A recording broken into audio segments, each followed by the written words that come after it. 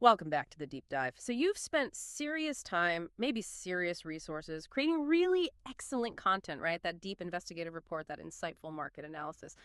The single biggest challenge often isn't the creation part. It's making absolutely sure it reaches everyone who needs to see it.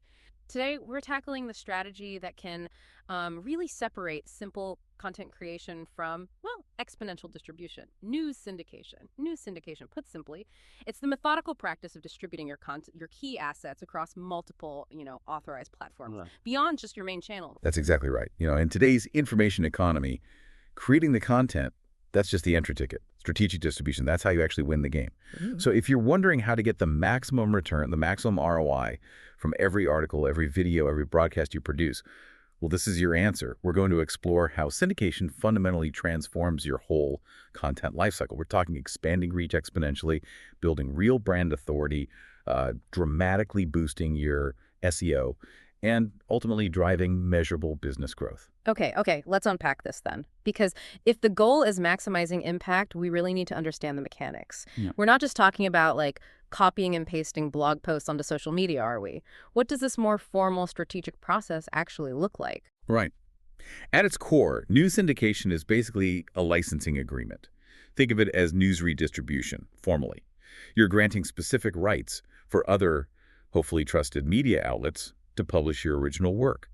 It is the key mechanism for accessing these massive, established audiences that, honestly, you just can't reach through your primary website alone. And when we talk platforms, the sources show this is a really broad effort. You're looking at three core types. Okay. Yeah. First, you've got the traditional print platforms. Think, established newspapers, magazines. They might use your content in their physical editions, still relevant for some audiences. Definitely. Then you have the ubiquitous online platforms. This is where most of the action happens today. Digital news sites, big content aggregators like MSN or Apple News, and crucially, those highly specialized industry-specific websites. Right, the niche ones. And finally, we shouldn't forget broadcast platforms. Because syndication isn't just text, is it? It involves licensing audio clips, maybe full videos, televised interviews, letting radio and TV networks share your expert commentary.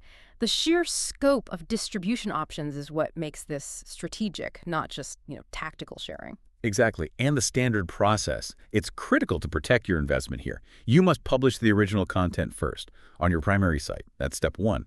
Then you secure partnerships, either through specialized syndication networks or maybe direct outreach to reputable publishers you trust. They republish the material maybe with minor formatting tweaks, but the core principle, and you have to remember this, is that you maintain 100% ownership. The copyright is yours. You're just granting defined republishing rights. Yeah, that clarity around ownership seems absolutely vital, especially when you're dealing with time-sensitive stuff or highly technical information. There was a powerful example, wasn't there, in the sources about science news, how they used syndication to get those critical coronavirus articles out globally. They achieved instant, massive distribution of verified facts, but kept total control over the integrity of their IP. It's the perfect illustration, really. You control the narrative, but you maximize its spread. Which brings us right to that dual power, reach, and authority. Right, because publishing content only on your site, well, it confines you, doesn't it, to your existing users, maybe whoever stumbles across you via search. Syndication just breaks those silos down instantly. It's the difference between reaching, I don't know, a few thousand loyal followers and potentially reaching millions of new readers every day. And that reach expands in really targeted ways. We look at two critical dimensions here: geographic diversity and demographic targeting. For geographic reach, just imagine. Say, a major corporate announcement from your HQ in Chicago. Okay. Through syndication partners, that single piece can instantly hit specific regional outlets in Texas, maybe financial news aggregators in London, niche industry portals over in Asia. You just transcend those local limits. And the demographic side, that's where it gets really surgical almost. You stop waiting for the audience to find you. Instead, you position your content exactly where those specialized segments already are. You can target, say, industry publications for C-suite execs or niche blogs for specific kinds of developers, maybe high-traffic general news sites for broader consumer awareness. Exactly. And this leads directly to the core strategic goal here: moving beyond just reach to building absolute authority. When your news, your insights, appear on established, reputable platforms, whether that's the leader in your specific vertical or, major national news orgs, you are instantly borrowing their credibility, decades of it sometimes. It's like a shortcut to thought leadership then, instead of spending years trying to build that reputation from scratch. Boom. You're a recognized contributor, somewhere respected. But I have to ask this. If we push our best stuff out so widely, isn't there a risk? A risk that we kind of train the audience to get our premium content on someone else's site, maybe diminishing our own traffic potential? That's the critical strategic question, isn't it? Yeah. And the answer is, well, it's no, provided the strategy is executed correctly. See, the goal isn't just eyeballs on the syndicated piece. It's about trust transfer and, crucially, referral traffic. Readers transfer the trust they have in the host platform, let's say it's Forbes, over to your brand. See your content there. It validates you, makes you legitimate in their eyes. Plus, every syndicated piece absolutely must contain those critical links back to your original source. Think of them as high-intent invitations, like this. Come see where it came from. That's where your deeper conversion funnel lives. Okay. So it's less about worrying about the initial traffic hit on the partner site and more about the competitive differentiation, establishing that professional legitimacy. Precisely. Think about it from the customer's perspective. They're researching you, maybe researching your competitor. If they see your insights featured consistently across multiple authoritative sources and your competitor is, well, nowhere to be found, that's powerful social proof. You've often won that initial trust battle before a sales conversation even starts. Okay, that makes a lot of sense. Let's pivot then to the payoff. How does this visibility, this authority, translate into tangible financial and economic advantages? Right. So we connect that visibility directly to measurable business growth. And we need to move beyond just thinking one piece, 5 platforms, 5 times the reach. We're really talking about generating entirely new customer touchpoints, ones that were completely inaccessible before. That expanded visibility translates directly into higher lead volume, increased conversion opportunities, because prospects are encountering your expertise at multiple points in their journey, and importantly, in high-trust environments. And this creates some interesting opportunities for revenue diversification too, doesn't it? Publishers with that broad syndicated reach, they suddenly hold significant leverage, right? You're negotiating advertising opportunities based not just on your own website's metrics, but on the combined reach of your entire network. Exactly. And that's where you really calculate the true cost efficiency. Think about it. You create one really high-value piece of content. You strategically syndicate it to, say, 10 partners. You have effectively slashed your cost per impression by a factor of 10. Compared to the cost and effort of creating 10 separate pieces of similar quality, it's just maximizing asset utilization. That totally shifts the calculation for content teams then. It suggests that maximizing the life and reach of a few great pieces is often far more valuable than just constantly chasing velocity, churning out mediocre stuff just to fill a schedule. Precisely. And this ties directly into the powerful SEO improvement aspect. Every single syndicated piece, when placed on a reputable, high domain authority platform, does 2 critical things. It builds a network of high-quality backlinks, and it drives crucial referral traffic back to your original source URL. Search engines see these links as votes of confidence.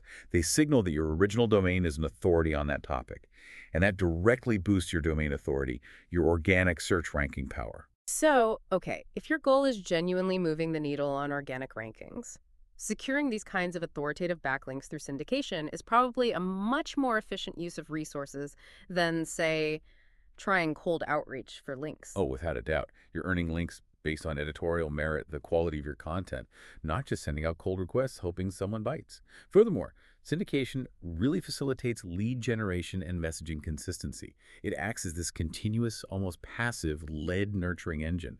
It ensures that no matter where a potential customer encounters your brand, could be a niche trade journal, could be a global news site, your core message, your values, your voice, they remain intact. It builds that essential online familiarity, reinforcing your brand identity everywhere. Wow, okay. All of this makes the case for syndication seem pretty overwhelming, but we absolutely have to address the potential landmines, the strategic risks, because when you distribute content that widely, you inevitably face potential issues.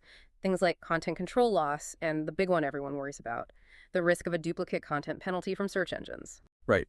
The duplicate content penalty risk is, well, it's probably the #1 fear that stops companies from really leveraging syndication effectively. And the good news is it is entirely manageable with the right technical execution. Your primary technical defense weapon here is the canonical tag. The canonical tag, okay. We need to be specific. The syndication partner, the site republishing your content, Must include a specific tag in the HTML code of that republished article. It look like link rel, canonical href, your original URL. This tag points directly back to your original URL. You are explicitly telling search engines, like Google, hey, I know this content exists in 2 places, but this URL, that's the original source. Give all the ranking credit to that one. Okay, so it's basically a signal telling Google, consolidate the authority here at the original. Makes sense. But if both pieces are identical textually, how do we absolutely ensure the syndicated copy doesn't somehow accidentally outrank our original piece? That would be counterproductive. Excellent question. And that leads us right into the essential SEO-friendly syndication strategies that go beyond just the canonical tag itself. First, for kind of belt and suspenders protection, many strategists strongly recommend asking partners to use a no-index tag as well as the canonical tag. The canonical says, credit the original. The no-index tag basically says to the search engine, don't even bother indexing this copy at all. It just eliminates any potential for competition right there. Ah, I see. That sounds like a really important layer of safety, almost essential. It really is, for peace of mind. Second, always include a clear, prominent byline, something like originally published on your site name with a direct link back. Third, and this is maybe the most critical timing element, you absolutely must wait. Wait 24 to 48 hours after publishing the original content on your site before you allow any syndication partners to publish it. Why? This delay gives search engines ample time to crawl and index your original URL first, to establish it unequivocally as the source of truth before any copies appear elsewhere. Okay, that 24, 48-hour window makes sense. But the implementation of all this, getting the canonical tag right, maybe the no-index tag, ensuring partners actually stick to that waiting period, that sounds like it could be a significant management overhead. I mean, what happens if a partner messes up the coding or forgets? That is the management reality. Yeah. Syndication isn't a set it and forget it thing. It's not just submitting an article and walking away. It's really about building and managing long-term partnerships. Yeah. You absolutely must have systems in place. Regular monitoring of your backlink profile, checking that canonical tags are implemented correctly, making sure partners are adhering to the guidelines you set. And this just underscores the critical importance of choosing your strategic partnerships thoroughly carefully. Right. So you're choosing partners based not just on how big their audience is, but on their editorial standards, their reputation, and crucially, their technical capability and willingness to implement attribution and these SEO tags correctly. It sounds like it's as much about protecting your own brand integrity as it is about increasing reach. Precisely. You have to set crystal clear guidelines right up front.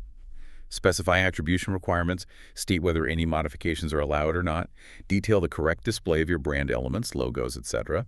The right partners. They act almost like extensions of your own marketing arm. The wrong partners, though. They can actively cannibalize your SEO efforts and dilute your hard-earned brand reputation.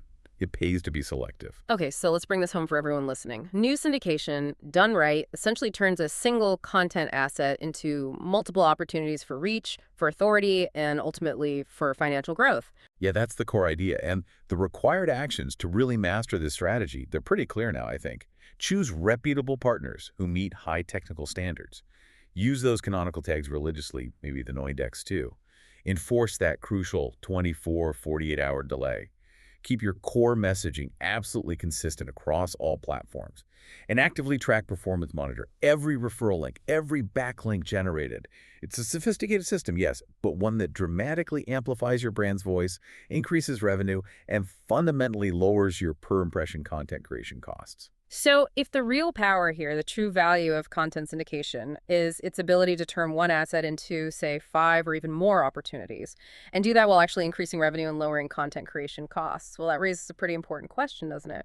It absolutely does. It raises this important question. Given this inherent shift in value, away from just the sheer volume of original content creation and towards the strategic, technically compliant distribution of that material, how fundamentally should organizations be adjusting their investment ratios? How much should go into generating the original stuff versus building these robust, sophisticated, compliant syndication networks? It suggests it's maybe no longer just about writing more. It's about distributing smarter. Food for thought.